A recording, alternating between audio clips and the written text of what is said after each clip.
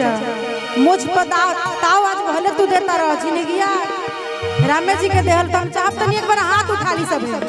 Last का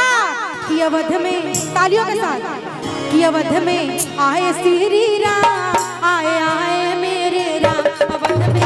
आए श्री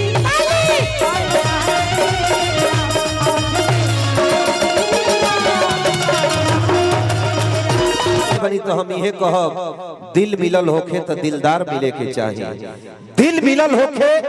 तो दिलदार मिले के चाहिए बाबूजी फूल खिलल होखे तो चढ़ोनिहार मिले के चाहिए सहजौली में आज हतना कलाकार जुटल बड़े प्रियंका तिवारी खातिर एगो ताली बजा के दुलार प्यार मिले के चाहिए। आई कार्यक्रम शुरुआत हो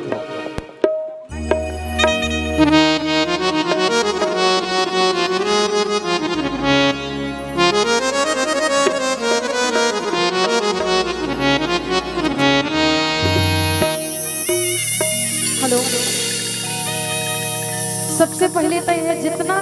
श्रोता बैठल बानी सबको के प्रणाम बा कहे से जे कहल जाला कि सुबह को सुबह और शाम को शाम कहती हूँ और मैं प्रियंका तिवारी आप सभी को तहे दिल से प्रणाम करती हूँ। वैसे तो हमारा घर छपरा जिला पड़े लेकिन हमारा प्यार अगर मिलता तो है आरा जिला बक्सर जिला बलिया से खासकर आरा जिला से बड़ी प्यार मिलेला। तो हम चाहब कि भोजपुरी जे भी कलाकार होला कोनो गीत गावे से पहले मन में एगो श्रद्धा रहे कि ना सबसे पहले को भक्ति होके के चाहिए आ जे श्री राम जी के मान लतन एक बार हाथ उठा दी बस पूरा प्रेम से बोलिए श्री रामचंद्र भगवान की हाय इहे आ रहा है ना जी कौन जिला है तनी चिल्ला के बोली आ रहा ना क्या बात है एगो राम भजन ओकरा बाद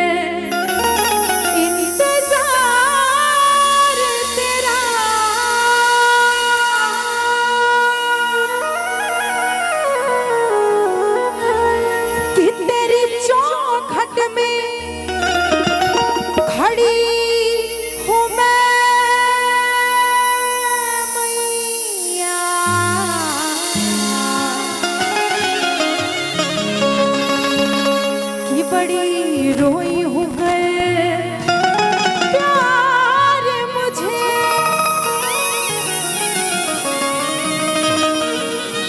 22 तारीख को तो सभी को पता है जैसे हमारे श्री राम जी का प्राण प्रतिष्ठा हुआ उसी खुशी में मैंने ये गाना गाया था और मुझे आशा है कि आप लोगों को गाना बहुत अच्छा लगेगा। कि राजा दशरथ के दुलारे कि राजा दशरथ के दुलारे कि सबके आंखों के तारे कि अवध में पधारे मेरे राम कि आए आए मेरे राम बोल सियापति रामचंद्र की मने मने बोले के बाद ठंडा लागता ठंडा तो कम हो गइल बा। अब गाना सुनिए कि राजा दशरथ के दुलारे राजा दशरथ के दुलारे सबके आंखों के तारे अवध में पधारे आए आए मेरे राम आए मेरे राम आए आए मेरे राम राजा दशरथ के दुलारे राजा दशरथ के दुलारे सबके आंखों के तारे। चाचा भक्ति भजन ठीक लागता चश्मा वाला चाचा जी रउआ से प्रेम से बोलिए सियापति रामचंद्र की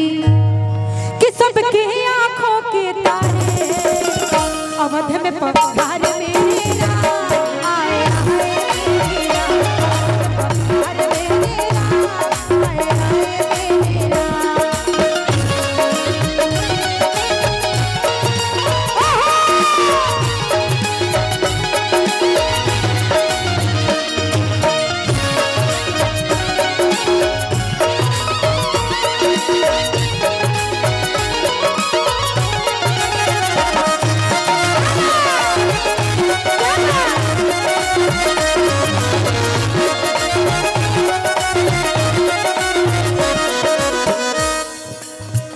सजल बाट दिए अवध नगरी राम जी की डंका बाजा ताटे अब तो सगरी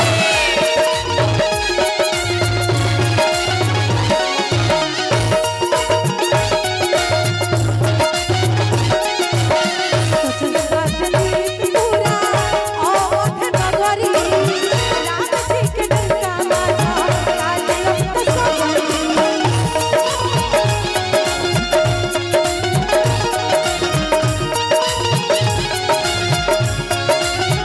श्री राम जी के नारे श्री राम जी के नारे भगवा में भक्ति दहाड़े अवध में पधार मेरे राम आए मेरे राम पधार मेरे राम आए मेरे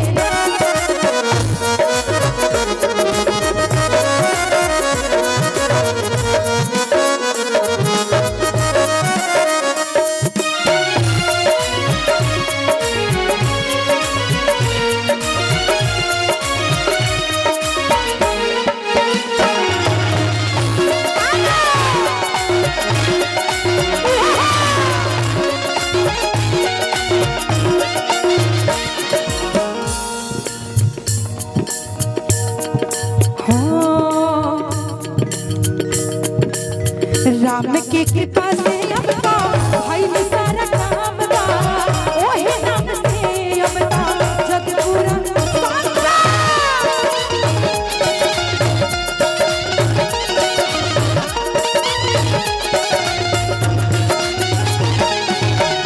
जे राम भक्त बा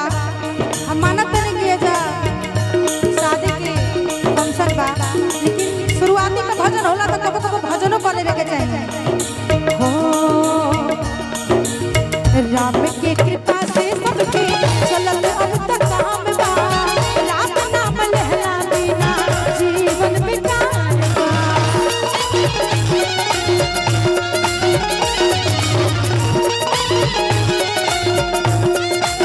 विजय के झंडा गाड़े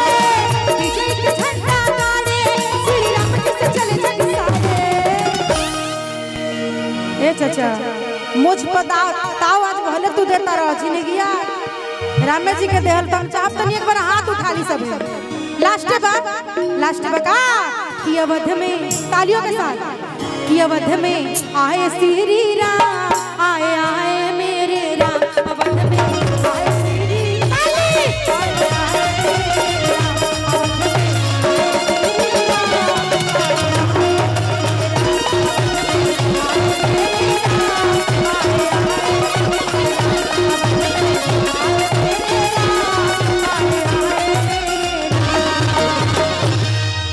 कि अवध में